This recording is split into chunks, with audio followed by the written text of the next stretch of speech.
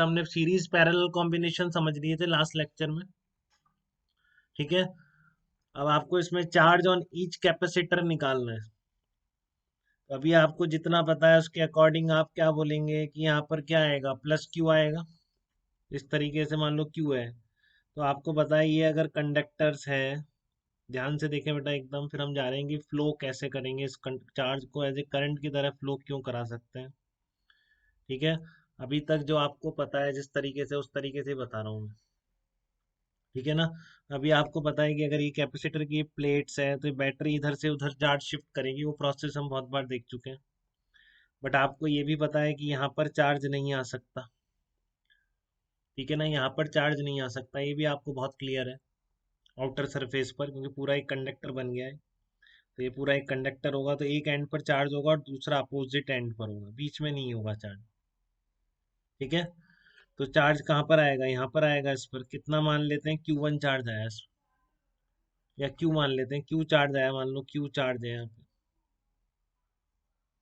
Clear है बेटा एकदम। तो अब आप देखो इस सिस्टम पे, इस पूरे सिस्टम आइसोलेटेड है, ये पूरा है, इसमें कहीं और से चार्ज चल के नहीं आ सकता, ये देख रहे हैं बेटा आप।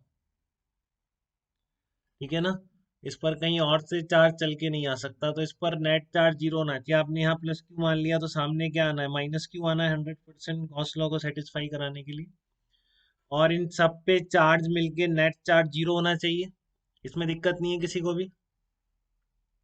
ठीक है ना, इन तीनों प्लेट्स पर, इस वाली पर और इस वाली पर और इस वाली पर कहीं से चार्ज आ सकता है क्या, कोई रास्ता है क्या जहाँ से चार्ज फ्लो करके आ जाए, कहीं से नहीं आ सकता। इस पर इनिशियल चार्ज जीरो था, तो फाइनल चार्ज भी इन पर जीरो रहेगा। ठीक है ना, इनिशियल चार्ज अगर जीरो था इस पर, तो फाइनल चार्ज भी क्या रहेगा, जीरो रहेगा इस पे। तो माइनस क्यू आपने इस पर आ गया, इस साइड आना ही पड़ेगा, नहीं गॉस लॉ फेल नहीं हो सकता। तो यहाँ पर अगर मान लेते हैं आप Q1 Q2 चार्ज आए हैं, तो वो भी कहाँ पर आएंगे, इस वाली एंड सरफेस पे ही आएंगे। ये बात बहुत क्लियर है, सबकी कई बार बात हो चुकी है कि यहाँ जीरो रहेगा। ठीक है ना, इधर वाली सरफेस के ऊपर ये जो ऊपर कैपेसिटर लग रहे हैं, इस पे चार्ज कैसे आए, इधर तो जीरो रहेगा, यहाँ पर आप बोल रहे हो Q1 आ गया, तो सामने फिर माइनस Q1 आएगा। ठीक है, और जो दूसरा है आपका, उस पर भी यही है कि आपका यहाँ पर जीरो है और यहाँ पर क्या है, Q2 है, तो यहाँ पर कितना आएगा, माइनस Q2 चार्ज होगा। ठीक है ना, अब चार्ज कंजर्वेशन से आप बोल सकते हैं क्या, Q1 plus Q2 minus Q equal to zero. तो इसलिए एक इक्वेशन क्या आ गई, Q equal to Q1 plus Q2। ठीक है, हाँ बताइए बेटा, कोई कुछ कह रहा है।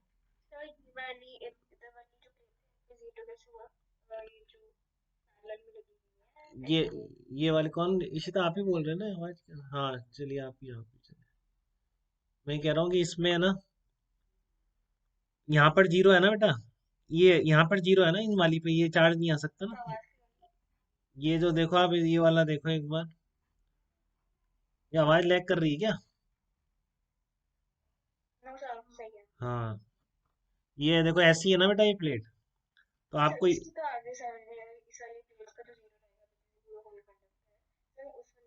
हाँ, तो यहाँ जीरो रहता है, तो यहाँ यहाँ भी जीरो रहता है ना बेटा, वही अपना पैरेलल प्लेट्स भूल गए आप। आउटर सरफेसेस पे सेम होता है, यहाँ पे फील्ड जीरो करने के लिए।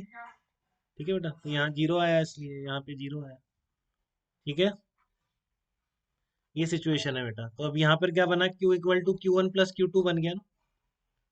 बताइए, और एक कहाँ से रिलेशन आ जाएगा, एक आ जाएगा Q1/C1 इक्वल्स टू Q2/C2, क्योंकि पोटेंशियल डिफरेंस दोनों तरफ सेम है। मतलब यहाँ पर कितना है, C2 है, और यहाँ पर कितना है, C3 है। मैंने चार्जेस Q1 Q2 मान लिए, नोट्स में भी यही करा होगा मैंने, नहीं तो वही कर दूँ जो नोट्स में। हम्म हम्म Q1 Q2 बोला है, ठीक है, तो Q1/C2 इक्वल टू Q2/C3। और Q कैसे निकालेंगे, इन तीनों की जगह इक्विवेलेंट तो आप लगा ही सकते हैं, C1 C2 C3 क्या हो गए, पैरेलल में हो गए, इसके साथ सीरीज में हो गए। ठीक है, तो इस तरीके से टोटल चार्ज निकल के आ जाएगा। बट ये प्रोसेस वैसी है बेटा, तो हमें बार बार ऐसे नहीं दिखेंगे अब कि यहाँ चार्ज कंजर्व हो गया, इतना टाइम नहीं है हमारे पास। ठीक है ना, बेसिक आपको समझ में आ गया हो क्या रहा है एक्चुअल में, क्योंकि आपको बैटरी का फंक्शन पता है, इधर से उठा के उधर चार्ज फेंक देती है, इसलिए आप ये सब समझ पा रहे हैं ढंग से। ठीक है, बट लेकिन अब आप ऐसे चलेंगे इसमें, जैसे करंट में नहीं करते हैं, बिल्कुल वैसे डील करेंगे कि मान लो यहाँ से क्यू चार्ज फ्लो हो रहा है, तो यहाँ से कोई क्यू चार्ज फ्लो के नहीं जाता है, बट वो हमेशा सही आ जाएगा, क्योंकि पैरेलल में भी डिस्ट्रीब्यूशन ऐसी ही होना है। देखो चार्ज कंजर्वेशन, तो आप क्या करेंगे, क्यू क्यू इधर से आ रहा था, और फिर जैसे करंट नहीं करता, क्यू वन इधर चला गया, क्यू टू इधर चला गया। ठीक है, तो बिल्कुल आप ऐसे करंट की तरह ड्रिल कर सकते हो, और फिर आप केवीएल लगा सकते हो, या फिर कुछ भी कर सकते हो, जैसे कि वही कर दोगे, Q1/C2 equal to Q2/C3। But ये चार्ज फ्लो करके कैसे डिस्ट्रीब्यूट कर जाते हैं, इसके पीछे भी चार्ज कंजर्वेशन, ये कोई सही में चार्ज फ्लो के नहीं जाता है, ये बहुत आदत पड़ जाती है, फिर हम जो अभी क्वेश्चन करेंगे हम उसमें दिक्कत आती है, तो ये प्रोसेस ध्यान होनी चाहिए क्यों कर रहे हैं हम। ठीक है, नॉर्मल क्वेश्चन है, बिल्कुल कोई दिक्कत नहीं है। क्यू आ रहा है Q1 Q2, अब क्यू अगर टोटल आपको कैसे पता पड़ेगा, क्यू टोटल पता पड़ेगा आपको सी इक्विवेलेंट इंटू ई से।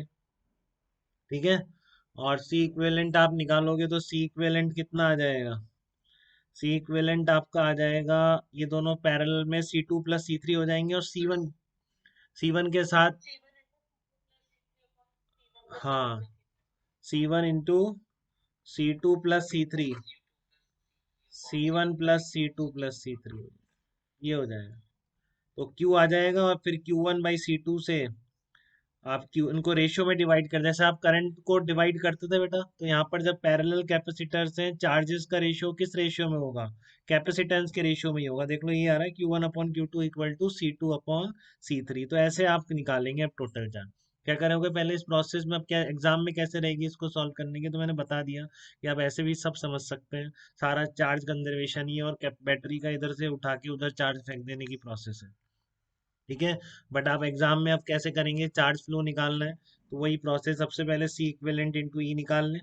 ठीक है, फिर क्यू चार्ज टोटल मिल जाएगा, जा रहा है किस तरह से डिस्ट्रीब्यूट होगा, कैपेसिटर्स के रेशियो में डिवाइड हो जाएगा, कैपेसिटेंस के रेशियो में, प्रोपोर्शनल टू, इनवर्स रेशियो में नहीं, करंट रेजिस्टेंसेस के इनवर्स रेशियो में डिवाइड होता था, यहाँ पर चार्ज कैपेसिटेंस के रेशियो में ही डिवाइड हो जाएगा। तो क्या बोलेंगे, Q1/C2 इक्वल टू Q2/C3, तो Q1/Q2 क्या आ रहा है, देख लो आप, C2/C3 आ रहा है।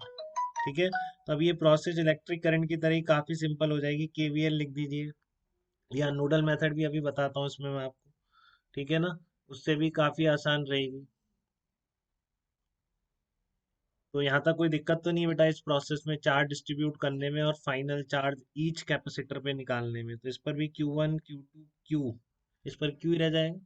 ठीक है ना, Q आया तो इस पर Q है, और इन पर डिस्ट्रीब्यूट हो गया तो Q1 Q2 चार्ज है, Q ये चार्ज है, Q1 Q2 इन पे चार्ज। देखो दिक्कत तो नहीं किसी को इस तरह के समझने में इसको, विदाउट